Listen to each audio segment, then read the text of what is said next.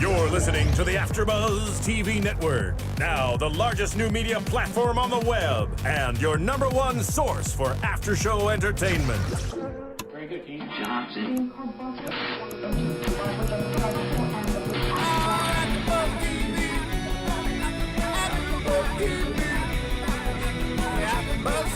The AFTERBUZZ Studios in Los Angeles, California. Presented by Maria Menounos and Bing.com and streaming live thanks to Akamai Technologies. This is AFTERBUZZ TV's Bar Rescue After Show. We'll break down tonight's episode and get you all the latest news and gossip. And now, another post-game wrap-up show for your favorite TV show. It's AFTERBUZZ TV's Bar Rescue After Show. If you get in trouble, bring it home to me. Whether I am near. Welcome, ladies and gentlemen, to the Bar Rescue After Show. For Season 4, it's called Grandpa Got Run Over by His Grandkids. I'm your host, Phil Svitek. Keven Undergaro could not be here tonight. Neither could Dorinda Barker, but fear not, they will certainly be here next week for the Hurricane Sandy episode, as will John Taffer. It's going to be an exciting episode. Filling in this week, I have our rookie, McKenzie Fayne. Well, I'm technically not filling in because I'm usually You're not filling here, guys. You're not filling in, but we do have AfterBuzz faithful Michelle Macedo. Welcome, Michelle. Thank you. I'm excited to be here. Michelle, yes. Thank you. Yeah. Michelle is a huge fan of the show. Mackenzie's a new fan to the show, but loves But it. still love it. And I love bringing people kind of to enjoy the show. I love watching it with them. Again, there's so much to learn. Speaking of another person, producer Marissa Serafini is in the booth. She's seen the episode as well, so she may or may not chime in throughout the episode. What's up? Hello. All right, let's get right into it. So it's the bar is called Carrie. It's in Las Vegas. It's kind of a sports bar, and like last season, it's run. It's owned by a grandfather and it's a family business, and the recon is done with the owner, with John, and I like that aspect of it. I did too. I thought that was interesting. Yeah. Yeah, So what? I thought it was interesting too. But We also have some special guest dogs in the house. So Yes, we have, you hear sporadic barking. That's why. we have a few rescue dogs in the house. Boomer just wants to add his 2 cents too. He does. He does. Yes, we've had, by the way, so, to that point, obviously, for those of you who know AfterBuzz and Marie Menounos, you guys know that she loves rescuing dogs and she does what she can to help. So we've been posting a lot of dogs on our Twitter, AfterBuzz TV. So if you're a dog lover, please help out. Check it out. A lot of the dogs need forever homes, so you'd be doing a great service to them by doing that. All right, so back to the episode. I really love it because it just shows. It shows the passion. Where was I going with this? I really like it because it shows the severity and how. And the humanity of kind of really owning a family bar and things like that, and you're kind of at your, you're trying, as John says, you're trying to leave a legacy, but these guys just have a free ride. Well, it also shows the thing about having a family business is that the family dynamics, I feel like, get in the way of the actual business running part, and then people get lazy or they learn to rely on the other one or whatever. Like we have here, this brother and sister with the mom. The grandfather gave them this bar, right? Yes. Like as a gift. So gave it to them as a gift, and then they're watching them on the screen, and it's not looking good. It's not looking good. Just initially, I was surprised that John didn't go after Kim a little bit harder because, since she is the mom and she's supposed to run this bar and say to her, like, you're coddling these kids. And maybe, we didn't see those moments on, in this episode, but I figured that would have played a little bit more. I think he wanted to, but at the same time, like, she wasn't giving him an attitude. She wasn't being rude or anything like that. She was just simply just too sweet for the position. And I get what you're saying, like, he should have maybe. But they did it with, that's like his deal. Not to jump too far ahead, but in the stress test with Lacey, he told her, you have to toughen up. And she obviously did. Lacey responded, and she did those drinks well. She wants to, but I feel like the mom actually said, like, it kind of is surprising because she said at the beginning of the episode, I have no backbone. Yeah, she literally. So it's said- like she's just saying that, so she's like giving up already. Yeah. Before she's just like, that's just not who I am. So like, You know, he has to really push her to like, fire people. But I think, we saw it in the moment of when we saw it specifically in the stress test of like when John says to her, hey, do this or I'm going to call your father and we're going to talk tomorrow. So, the way to break through to her has always been, through her father, which is Bill. And I think that, and we saw that throughout, and but I thought they would make it more of a point. Right. I mean, they focus certainly more on the grandkids, especially with Justin. Yeah. Well, Justin would definitely had an attitude problem and definitely had his own little posse there at the bar. Yeah. His ex-girlfriends. What was your thoughts on the bar? Because obviously they didn't. I don't really know how, unless they focus on the cleanliness. I can't fully tell if it was dirty or clean. It seemed relatively clean. Yeah. Certainly the kitchen. I mean, Ken was the only one who got praises. Oh, I loved Ken. Yeah, Ken was so cool. cute. He was like a little teddy bear. I loved him. And then when they were about to when they just fired everyone, his face, they were like, Ken, thanks for being so awesome. And he was like, oh, I was not expecting that. I know. I liked him. Yeah. But the bar seemed just boring. It's 10 miles away from the Strip. Mm-hmm. So you can't really afford to have a boring bar. That's kind of like a bar that can be in the middle of nowhere, but it's not. You could just walk to wherever you want. And for me, like what I noticed about it, people were walking and the lighting was just like it is in here. Like we're in here talking to each other, and it's where we look at each other and we speak to each other. There, you're at a bar and you just want to sit down and be more mellow. Yeah. Like sit down, have a drink, and that's not how the lighting was there. I don't know why I picked up so much on that, but it just wasn't a very good lighting bar scenery. Yeah. Marissa, Kevin would like to call into Bar Rescue, so if we can patch him through. Sure, whenever he comes back. Did he? Well, is there any? If you can call him, that would be great too.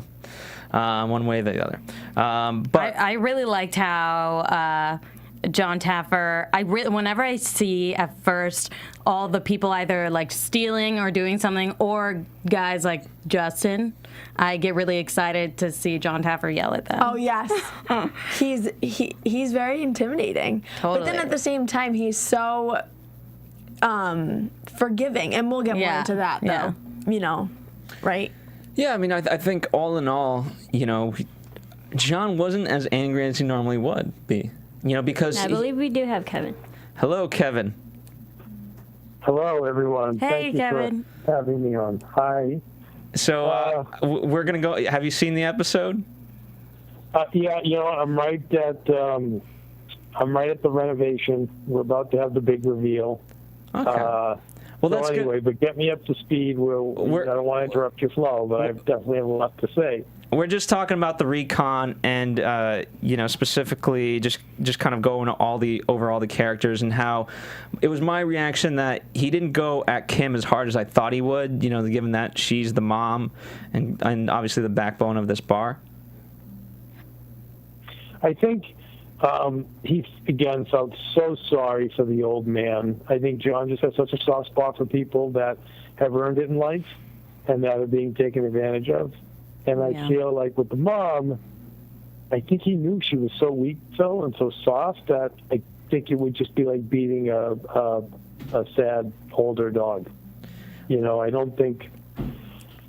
Okay, so I don't think it would get him the results. He's all about the results. So he had to handle her a little bit softer. And when he said about Lacey, the granddaughter, how he said you can't go at her and yell at her. You need to, Phil said that about the drinks, and he had said, well, you can't go right at her. You have to give her encouragement. And I think they're all about strategically trying to help people, and that's what he was doing. Yeah, they're all about the individual. Yeah, he knew he couldn't scream at her. The mom, she's so in terms of the mom, so what tools, Kevin, would you kind of give to Kim to be able to do what's necessary? I mean, later, he taught her how to be accountable with the money and keep track of that. But I mean, listen, who knows the inner politics of this one? I feel I would hire a bar manager, but they might not have the resources to do it. because I just don't see where that. I feel like it's a mother. I don't feel like it's a bartender or a bar owner. Yeah. And, you can't gain respect. I threw some stuff at the TV, just at the two grandkids, both of them, especially the boy. Yeah, I was like, as you guys could imagine, And McKenzie, did you notice how he was disrespected? Tonight, I always say the two favorite words of every kid under 30 is being bullied and disrespected. So he was disrespected. But, by the bartender. I'm going to start doing the rag in my back pocket too around AfterBuzz. That's going to make me look. It's a cool one. But I mean, all that aside, no, I get so aggravated when I see episodes like this, and I don't believe that they were sloppy with the accounting. Dorinda, don't you feel that they were stealing as well? Or maybe bait you into that. You tell me. You have more bartending. Dorinda's absent as well. It got mixed up during the, so we have filling in Michelle Macedo. Oh, all right. Well, God, I have a bunch of kids who feel like they're being bullied and disrespected. Damn. I'm just saying I wish Dorinda were here only because I can't see them not being thieves themselves. Yeah, I felt that same way. It kind of seemed obvious, but that maybe they didn't want to get into it. Well, here's I got really upset when Melody and Jana were caught by Bevantel of losing all that money, and then Lacey was so quick to point the blame, and I think partly because she knew what she was doing. Mm-hmm.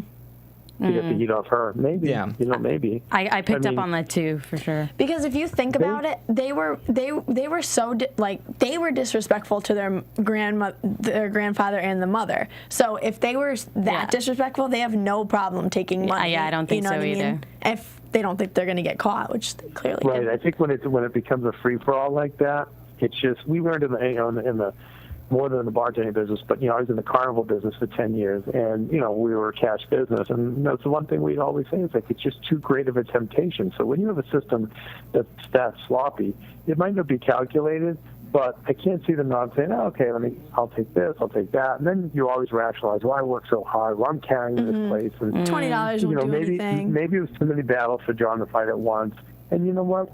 He was there, so maybe those two weren't stealing, and maybe the other two really were, and more than we even realized. I mean, the other one couldn't make a margarita. Well, to that point, here's... You know what I like, McKenzie? I like how everyone can afford tattoos. I was thinking that same thing. She was like, I need to pay rent. I need to go look for another job. Do you know how much all those tattoos cost? Okay, let's talk. So much money. By the way, okay, Melody, Kevin, did you catch it? Her car as she drove away. So nice. Gorgeous car. Exactly. First thing I saw, I said, okay, really? Yeah. I know. She's like, I need to find a job. So there's something up with that. And then for me, you have your pet peeves, Kev, and here's my pet peeve, Jana. Granted, the system is not in place there for her to be able to learn. No one's really teaching her how to actually bartend. I understand that aspect of it. But you are a bartender that has been bartending here for 8 months. Once you please just take it upon yourself to learn any of these drinks. Or when you're standing there, there's literally an iPhone app with like 15,000 drink recipes. You just look it up. Through them. I mean, I imagine because 300 customers a night come through, I'm sure, every night that you don't have the time to learn any of these drinks while you're at the bar. That to me, I just wish people took a little bit more responsibility if they weren't that good at their jobs to take it upon themselves to get better. She got fired, so that's good. It was before, it was before the iPhone age when I bartended, but I had a laminated card that had all the drinks on it, and it was on both sides of the paper, and it was, as I said, it was laminated. And I used to keep it under the cash register, and you know what? If some old timer came in and wanted a Rusty Nail or a Harvey Wallbanger or some of those drinks that were outdated, I would go right to my card. And I was a nerd. I went to school. I went to bartending school.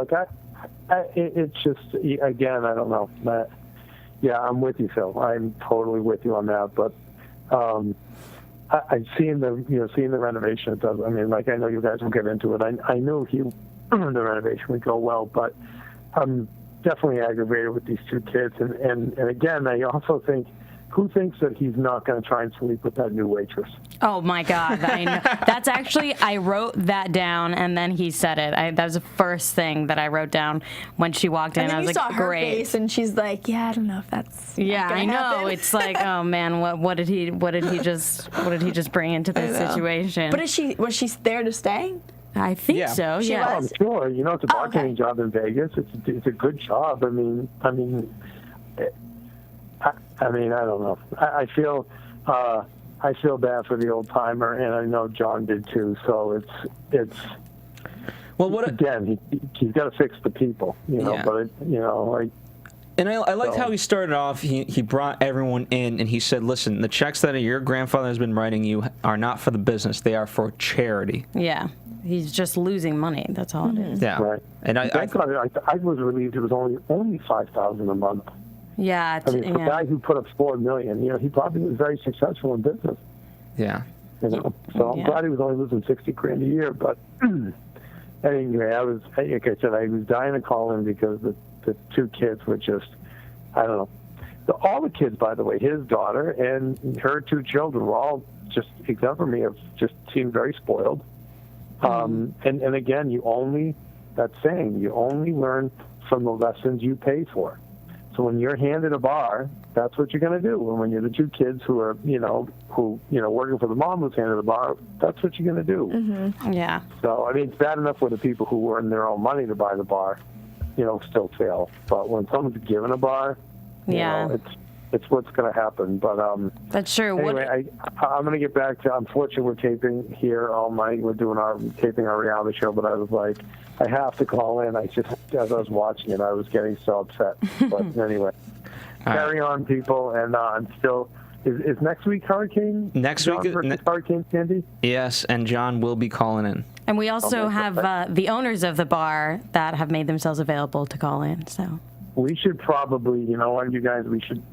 Probably, if I know John, we have him for a short time because he's on the road right now, but we should make sure we have enough time to cover it and talk to everybody. So, But anyway, carry on. I'm gonna check out the ending. I'm excited to see how this thing turns around. So sounds good. All right, as you were, people. Bye. Awesome. All right. So, we kind of touched upon it, but yeah, Janet fired, Melody fired, riding off in her amazing car.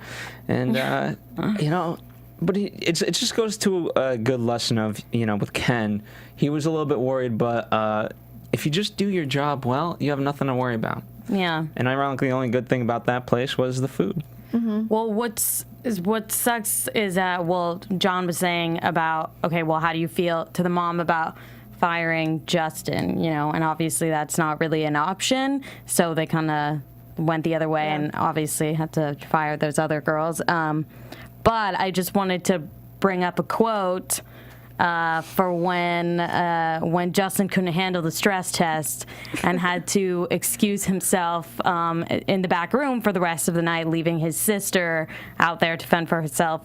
But it's okay because he told the bartender, I didn't go back to pout, bro. I was saving you from me. So honestly, I might have to tweet that after this. Yeah, that was a pretty good one. quote. Yeah, that was a good one. All right, so speaking to that, let's kind of get to the let's get to the stress test only because if you look at it right there, half the bartender staff is fired. So now you have a brother and sister doing the stress test for 150 people. And it pains me. It's great that Phil Wills picked up on Lacey of, I got to really encourage this girl. And it's tough when you do, because when she was making it alone, she was doing a good job. It's tough when you have someone like that is good, but they just don't have the courage to actually do it. Yeah, the confidence. Yeah. That's true, and it doesn't help if her brother is too busy, too cocky. Yeah, and to even deal with it when it gets stressful out there. It was a lot of foreshadowing though in the beginning, like just his temper, and you could just tell that he was just not gonna last in the stress test. And I was not surprised when he didn't, and he just fled the rest of the night. So the guy was like, "Hey, why don't you try smiling? Like the customers, like they think you hate them." And he's like, "Not gonna happen." What was that? Like, it's rude. I mean, here's the thing. Here's the thing I would love to ask John about this episode is when he did leave, I think Lacey, to a degree, was focused on Justin a little bit too much, right? Because she did go in the back, and it was like, Justin, you have to come out here. Yeah. But then when she forgot about that and he was gone, she was able to refocus and do well. I think she was always so focused about Justin hitting on girls early on, and you know, a distraction to her. She was like really upset about all that stuff. Yeah, she was really focused on him. I would have separated them. I would have said, Justin, why don't you run the food or help in the kitchen, do something, but you're not a bartender, bro. Let's get real bartenders. Let's Lacey run it. But we got to separate you two. I just don't, like, honestly, even just recapping the whole night, I don't even know if he's equipped for this business at all. Like, his attitude can go out the window at any second. Like, yeah, exactly. And what job would he be equipped for like with that attitude, by the way? Like a construction worker. Not in the service industry. Let's give him a nail gun and just, I have some anger today. Let me just go off maybe on that's that. to save people. He might be good for the army or something. He likes to save. He has a lot of aggression, too. You know? Yeah. But his mom said was funny was, I remember John Taffert said something about, what should we do with Justin? And she was like, well, he has so much charisma. And I was like, does sleeping with girls mean you have charisma? I didn't know that just because you slept with a lot of them means that. I don't have a comment on that because I don't see the charisma. And I didn't see it the whole episode. I mean, that like the mom was like, oh, he's so good with people. I would have liked to, in last episode, right, it was, you know, he told the guy, hey, if you're really valuable as much as you say you are, invite all the girls. I thought of that, and I swear I thought of that. You know, and so, hey, if you really are Justin, the king of whatever, he can get whatever girl he wants. She said he's an asset. Justin's an asset here. I don't see that. Yeah. I don't. So bring the girls. Yeah, let's talk to these girls. I don't know. Who can't bring girls? It's so easy. Say, come to my bar. Yeah, I don't get how hard that is. Yeah. Well, that's not hard, but here's the thing. It is difficult to get people to come. If it's a crappy bar. Yeah. Well, I'm just saying. Yeah. It is pretty difficult. But here's the thing. If he was as a ladies' man as he said he was, then perhaps, you know, the girls would come despite it being a terrible bar. Maybe. But I'm just, you know, I thought last week that was an interesting challenge given to anyone. Was, definitely. And I would have liked to see that for Justin.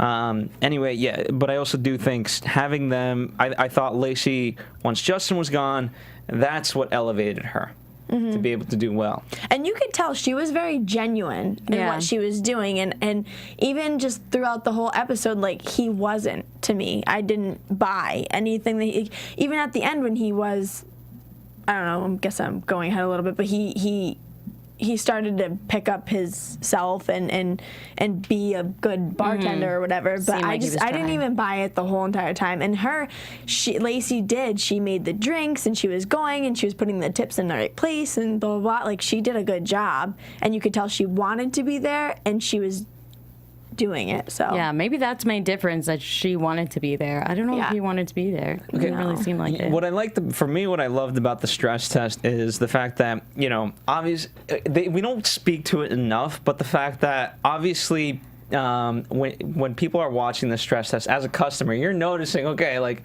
you know, whether it's the sticky notes on the back or like, hey, redo that drink. When people are just messing up, obviously the customers are going to see it, and so you have to kind of play the crowd. And I liked how when Justin did blow up, Phil was like, that's how you make a margarita. Now who wants another one? It's like the crowd got into it. Like, yeah, we got a good bartender. That's how you do bartending, yeah, bro. they loved it. I know. They're like, this is how you bartend, bro. And the guy needed to save Phil from him. And his little shake. I know. It's like, so I like that. You know, obviously Phil didn't go there to bartend, but he did it. Obviously, he's amazing at it, so why not? But, you know, it is, I like that strategy aspect of it. Hopefully, you know, not something you want every night happening, but playing to it and copying to it is good. And, you know, we always see this, but they never talk about it too much of, you know, especially the fact that they only had Justin and Lacey to begin with. Being able to pump out drinks more. Going up and saying, hey, okay, who wants a Bloody Mary? Okay, I got I got 12 of them. Okay, 12 Bloody Marys. Here. Who wants? Okay, they're great. Here, and then making them in bulk rather than like, what do you want? Okay, Bloody Mary. What do you want? Yeah. Oh, Bloody Mary. Okay. I feel like the bartender, or at least John Taffer, was kind of doing that. Like, he was like, okay, who wants a margarita? That's what he was doing. Yeah. When he was trying to get the stress test, and then they just, like, kept messing up and dropping things and giving too much or too little. So, all right. So, the stress test didn't go quite as good as we thought, but Justin, the next day, he does come back. So hooray for Justin. And he said, he's like, I don't know if I'm going to come back. So he did, definitely. There was a little pause. There was a pause. Walks around the corner all dramatically. And then, exactly. We're like, oh, he's not here. And John's great at picking his words because he had to obviously identify, okay, so you did put your your family in front of your ego. So by saying that and by he got him off the defense line. Like, John is so good at doing that, and I just give him props for that because I am a grudge holder. I hate to say it, but he just, he was so disrespectful to John, which John's coming in here, giving you a new bar, giving you all, like giving you these things, helping you, giving him his knowledge, his time, and he's so disrespectful to him. And the fact that he can come in here and be like, just so professional and like obviously adult about it and say your ego is in front of you, give me a handshake, and it was just so. I know. He's awesome. Yeah. That's all I can say. I can't wait till John comes in to do podcast rescue. Oh my goodness. I hope our attitudes will be good. Yeah, seriously. Mackenzie's a person I could work with. Thanks, John. I think that's yes. What's he gonna say to Phil? That's my question. That water. Lord knows. Anyway, okay, so now we're kind of into the Rudd invasion part of it, and interesting statistic that Michelle didn't know about. No idea. No, that 43% of men prefer bacon over sex. The more you know. I didn't know this specific but I did know it was like, remember when they said they asked the question? And I was like, it has to be bacon. Because how did you know that? Because it's all over everything I follow on Twitter. It's like men's humor. It's all about bacon. You follow men's humor on Twitter? Yeah, it's kind of funny. I mean, that you knew that. I mean, you knew the bacon thing, I guess. Yeah, they do like bacon stuff, and it's just all about men and bacon and women over. Really interesting. Under bacon. I wonder what it's just bacon, like not even steak or just meat in general. Because he said there's what did he say in the bacon? There's something umami, and that's like and then guys love it. Well, there's so much. It hits so many different variations. Just how you can do it and things like that, and just I gotta say, men love bacon. I didn't know that much. I made like this brown sugar bacon one time. Oh yeah.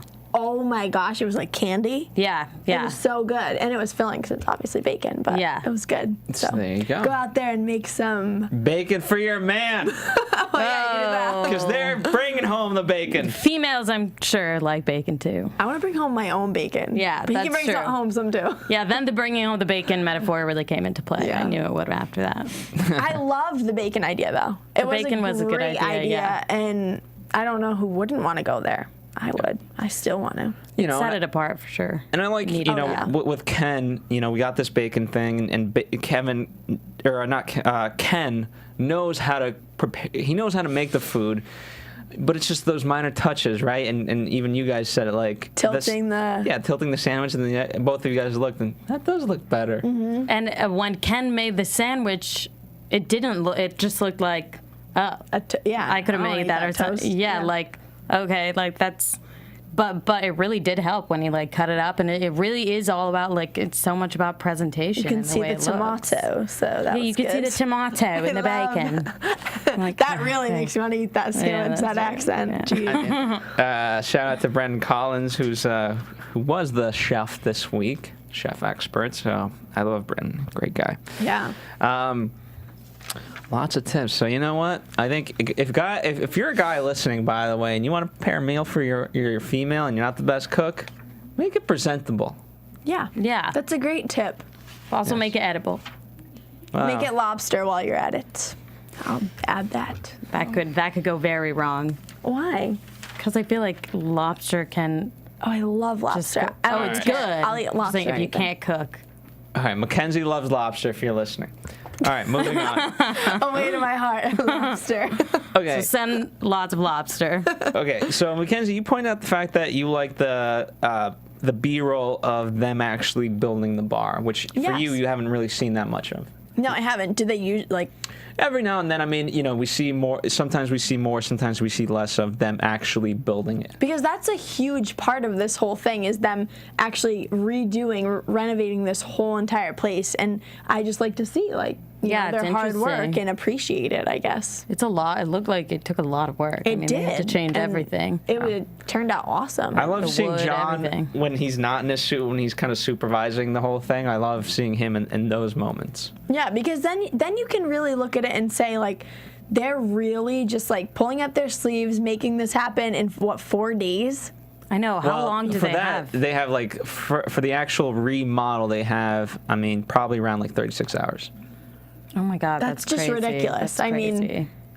And then we'll get the self-served beer. That was really interesting. That was so cool. Yeah, that was cool. That's so cool. Everybody wants to do that. You like beer? Oh, I'd rather go pour my own beer. Yeah, and you know why he did it, right? The accuracy. They're slow. No, well, because since we don't have the keg broke. Because we don't have that many bartenders, right? So to be pouring beer, well, why don't we make it a fun, interesting thing so that people can get their own beer? Cuts down on the bartenders. Yeah, exactly. And it's so smart. fun, inviting. That's something I would. It's like hibachi. And it's cool. Let's go to dinner, but why don't we go and we'll sit and watch it be made? Yeah, that's true. true. Or go to a buffet. We'll get to pick our own as much as you want. You can see it. It's just a more inviting kind of thing. It was great. Yeah, and I absolutely would love it because I hate waiting on hey, can you get me another one? I like to. Luckily, I've gotten very good from me.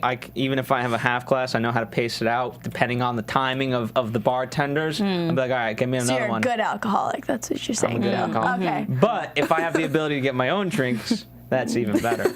Yeah. Oh man. And also that will make them so much more money.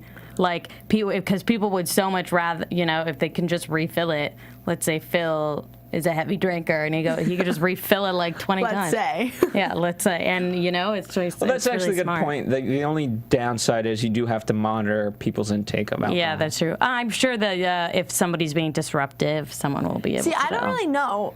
I guess it's my young side kicking, but do they really have to worry about that? You have to. Yeah. And if someone's too in need, you have to get them. You have to get them a cab, or you have to kind of figure it out. Don't they have the card thing that they had to swipe first before they? They do. That's true. They do. They just put a limit on that. They have that's good. Wait, good. there you go, producer Marissa. Yeah, that's so true. They did have a card thing. They got it all figured out. There you go. That's nice. Obviously, the signs, everything's bacon. I love that, and the bacon was great. I want to know how the bacon drink. The bacon drink was. There's the so awesome cool. sauce, which I think you guys liked a little bit more. The Chipotle sauce. What's that? Was that the one with the Chipotle sauce in Yes. it? And then the lime. The bacon I would want to bits? try that one. No, The that lime- was the bacon one. The bacon was the Okay. bourbon boar. Yep. Then there's the awesome sauce. I would try the awesome sauce. I don't know about the bacon one because I don't even like bacon bits, but I love everything bacon. I don't put bacon bits on my salad. Yeah, I don't really like bacon bits, but I like bacon. Yeah, but how did they make the bacon pieces so perfect every time to put them in those drinks? I know. I imagine how much. The only thing is that's a lot of bacon that they're going to have to be cooking every day. But know. I guess they just get really good at it. Expensive, isn't it? Well, it depends. You have to kind of. Here's the thing. It's not. You're just buying bacon, right? Everything's around this one ingredient, so you're not buying a lot of different ones. Yeah, that's true. You're not wasting a lot either. That's that's smart. And it seemed like a big kitchen, so you could pump this out pretty fast. You know? They had all this space in that restaurant that they weren't using. There was an unused game room before. Every episode, I'm so surprised to see how nice these venues actually are. They really are just great spaces, and they do. It's just not utilizing them, though. No, not at all. So, which they do well here, John Taffer. Of course. So, any last thoughts before we kind of talk about, where they are today and things like that? I love the Bloody Marys. I mean, a lot of people do drink them. Number one drink in America. So I thought that was a great fact because I didn't actually know that part of it all. And they put the bacon in the Bloody Marys, right? Mm-hmm. Yes. They put like just a piece of bacon. Yeah. Yeah. So you get the chew while you Get the chew. You know, that would be like, you know how you have Bloody Marys at like brunch or breakfast? Mm-hmm. And then there's bacon and there's your breakfast. Yeah. That's right. We're not just turning this into a sports bar. I want to try one. I don't know. When you're Yeah, that 21. sounds interesting.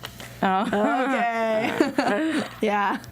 Hey, John Taffer would be very upset if I ever let you take a drink before you're 21. It's irresponsible of me, and hence I don't let you drink. Or I wouldn't because I'm a responsible person myself. There we go. There you go.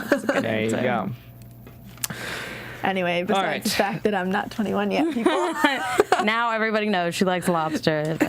Nothing wrong with that. Hey, Mackenzie's got a bright future. She'll look at all the stuff she knows, and she's not even 21. I don't even want to be 20. My birthday is coming up soon. Woo. Get her lobster. Send over All right. lobster. 35% of sales are up, or sales are up Yeah. 35% rather. Brother and sister are no longer bickering, and Kim now rules with an iron fist.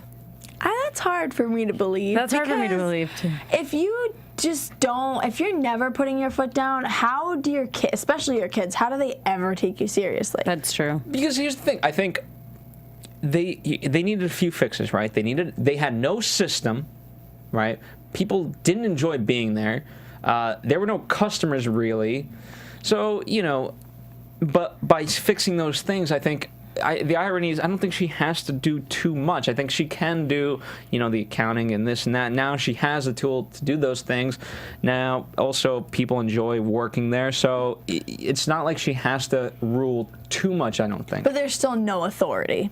I think that's ruined. Yeah. I don't think you can. Or they have to hire somebody else. Yeah. It's true. I mean, Kevin mentioned that too, that they need a good bar manager. Yeah, that's true. But hopefully, maybe if they all wanted to work enough, But their morals, if their morals kicked in about their grandfather and their mother and their business, or taking and advantage. And taking advantage, then they'll be fine. But as far as the mother being the iron fist, I don't think.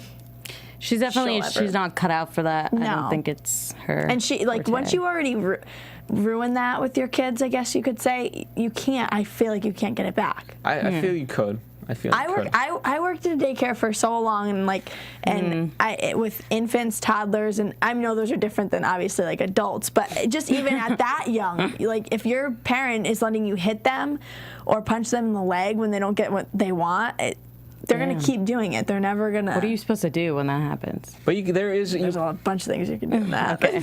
We'll talk about it later. I don't know. I feel. Here's the thing. If someone wants to change, I believe they can. It may take more effort, but hey, I always believe in change, and I think John obviously does too. Hence why he does the show. So to that point, another bar rescued successfully. True. Bacon bar now can bring home its own bacon. I want some bacon. Yeah, I want to go to that place. I do too. Sounds good. All right, so next week we have the Hurricane Sandy episode. Obviously, going to be a very emotional episode, I'm sure. I wish they did like an hour and a half special. We've asked for 2 hours before, but you know what? If they just did, just another half an hour on this one in particular. I think so too. Especially for that. I mean, I feel like. But I don't think we're gonna get it. But we know we have John Taffer calling in next week. So it's, certainly a fun episode. In the meantime, where can our fans follow you guys? You can follow me at McKenzie Fayne on Twitter. And you can follow me at Macedo Music. And follow us here at AfterBuzz TV on Facebook, Twitter, Instagram, all that fun stuff. And rate, comment, let us know what you guys are thinking. We've amassed quite a community, and we love seeing your guys' opinions. And, of course, support John Taffer, Raise the Bar. His book out as we speak. Go to Amazon, go buy it. A lot of great knowledge there. I'm still waiting on Mackenzie's book report. I knew that was coming, damn it. You think I'm not going to hold you accountable for that? I fully want to be held accountable. Guess what? For that. You know what? I can hold you accountable to a certain point, but guess who you're going to have to face next week? John Taffer. John, I promise, if you're watching this, I will have your book report and I will email it to you personally. By next week. By next week. That's a You better have it by next week because he is going to be calling in. I will. Kevin got the book, so I'm just going to have to borrow it. There you go. All right. Thank you guys for listening. Again, support John Taffer, Raise the Bar. Available now. And we'll see you here next week for a very emotional episode. From Bing.com, executive producers Maria Menounos, Keven Undergaro, Phil Svitek, and the entire AfterBuzz TV staff, we would like to thank you for listening to the AfterBuzz TV network. To watch or listen to other after shows and post comments or questions, be sure to visit AfterBuzzTV.com. I'm Sir Richard Wentworth, and this has been a presentation of AfterBuzz TV. Buzz you later. The views expressed herein are those of the hosts only and do not necessarily reflect the views of AfterBuzz TV or its owners or principals.